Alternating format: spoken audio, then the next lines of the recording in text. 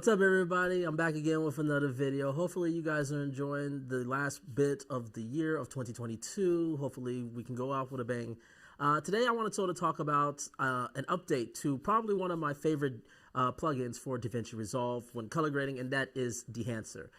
They recently done an update on their Pro package, which is 6.2, and I've been tinkering around with it, and I really do love the new features. It's short. There's only one or two features, but I briefly want to just go over them so you guys can sort of get a sense. But I really think it does help with all these things. If you have whatever type of digital camera you have, doesn't matter, a consumer or even a professional level digital camera, this tool is one of the best tools, if not the best tools out there to help you. If you're out there trying to get that look of film, this is the thing, and I cannot recommend it enough. Definitely want to stay in and tune in for that. And if you're not already, make sure to hit that subscribe button so you can stay up to date on everything and all the content going forth. And then also make sure to hit that likes, because the likes definitely help the channel out. All right, so if you guys are not familiar with Dehancer, I've done a series videos of doing a review of it and did a full breakdown of it, of one of the older versions, as well as doing a video on it with the GH6 with Kodak 2383, which is probably one of the most famous film LUTs and film emulators that we have. But today I'm going to be talking about a new feature that's a couple features that come with Dehancer 6.2. So that's the recent update.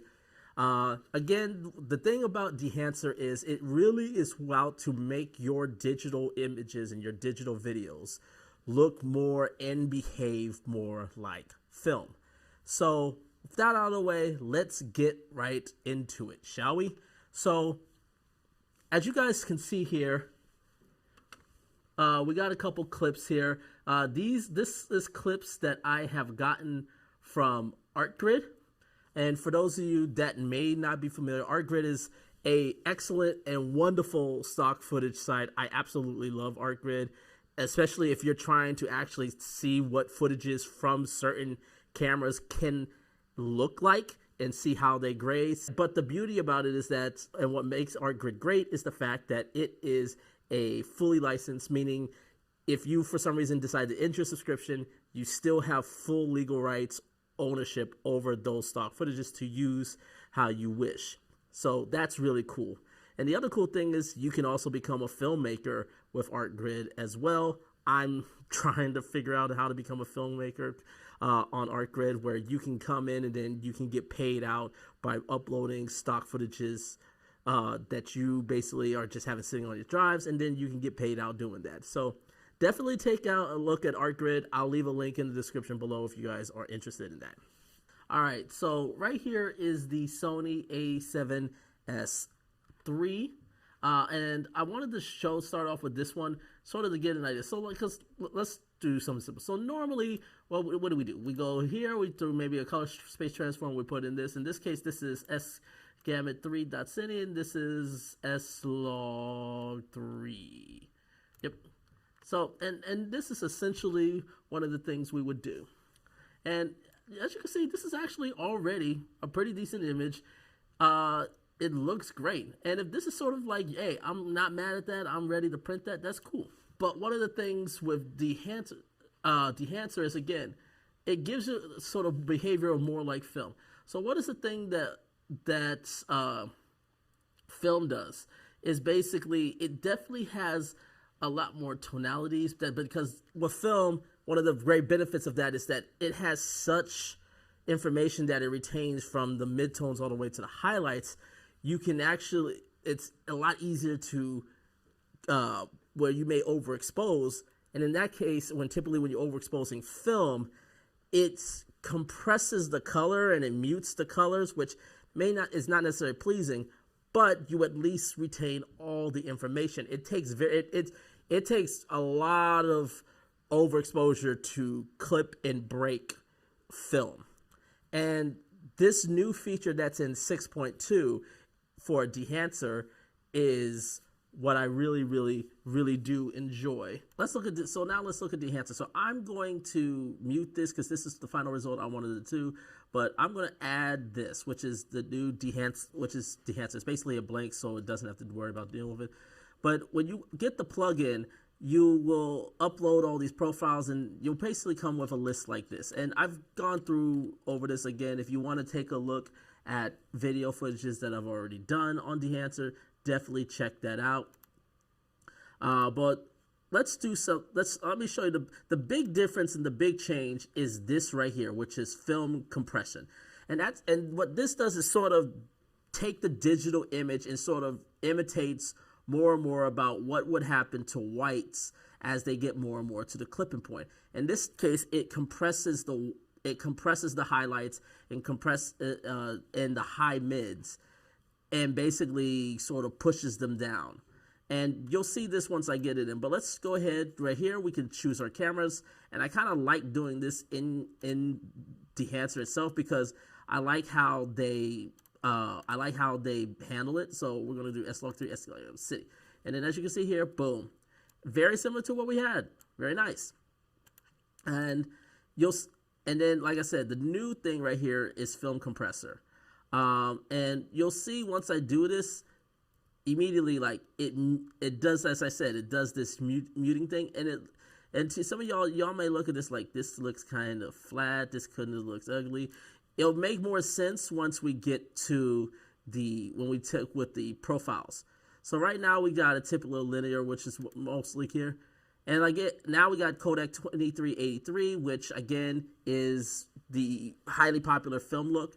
But now, and this is sort of thing that happened back in August, now there's also Fujifilm 3513 print film emulations, which if you're familiar with Resolve, that's also in here as well. You get that 3513 look here. And if you may not know what Fujifilm 3513 is, a lot of famous films are doing it. Twilight, the Lord of the Rings, specifically the Two Towers and Return of the King. I think that's like the big one that's done it. But a lot of films have used this emulation. And if I was to turn this on, and then you can probably see right here, it's very contrasty. The things are like, well, it's a little bit more punchy and contrasty than I would like. And this is what's so great about this part right here, which is the film compression. So if I actually enable this actually smooths out everything, and it brings a lot of that tonal contrast down. And what's cool about this is we can control, you'll see this more in the waveforms, we can control now how this would work. We can basically, with the impact, basically, the way it works is that the more you go to the right, the more you're going to compress. And that's all the things. The tonal range, the color density, and the impact, all of it. The more you go to the right, you're going to compress. The more left, you're going to expand. So impact is basically how much of the effects of the compression you want. The more you go left, you're going to bring more contrast in. You're taking away the effects. The more you go right, the more you're going to do that. So I'm going to just set that there for now. The white point is basically as it says, it's basically sort of compressing the white point. You can say, hey, I want to bring the white point up and sort of have that there. It's going to bring more contrasting, but that's how close to the white point to sort of your midtones. Tonal range is basically how much of the highlights do you want to push down into the mids? So if you want to push your highlights more down into the mids, you could do that. If you want to push it away from the mids, you can do that as well. And then color density is sort of like basically the density of the highlights. So what is cool about this is this will add color to your highlight portions, especially when you bring it down. So you'll see here, it's muted here. You can see it's muted, and then we can add this in to add some finality. And you can see it more, and you'll probably see it more if I just like really push this tonal range. And you can see it in the sky. It's like going blue. We're adding more of the colors back in, and it only does it in the highlights, which is great if you want to just have a little bit more control. So in this case, I kind of do want to just bring the white point up just slightly, and then I want to just ever so slightly bring the tonal range down, sort of give a little gradation, and then I add some colors into the highlights. And you can see it's not affecting the shadows or the lower mids, which is great. So now we got this, which is a little bit where we go to our original 709. Like, it's cool. It's cool. It's got a nice thing. It looks nice. But there's there's a bit of a dynamic. There's a tonality. And remember, with the print, you can change the tonality. So if I want to go cooler, I can go warmer. So I can make it sort of feel a little warmer, but maybe I want to go a little bit more to give that sort of exotic, cool setting. So we'll bring this up a little, so we can change the temperature or the color tonals of the film, so it just gives a little bit more of that look. But there's just such a bit more of a dynamic, whereas you now see with just the typical 709, it's nice, but it's a bit more flat. Here now there's more dynamics. Now you do lose some information, like you do lose color tonality in like that mountain range, but you got some, but it looks really cool. And now I like this. There's a lot more dynamics to the shot.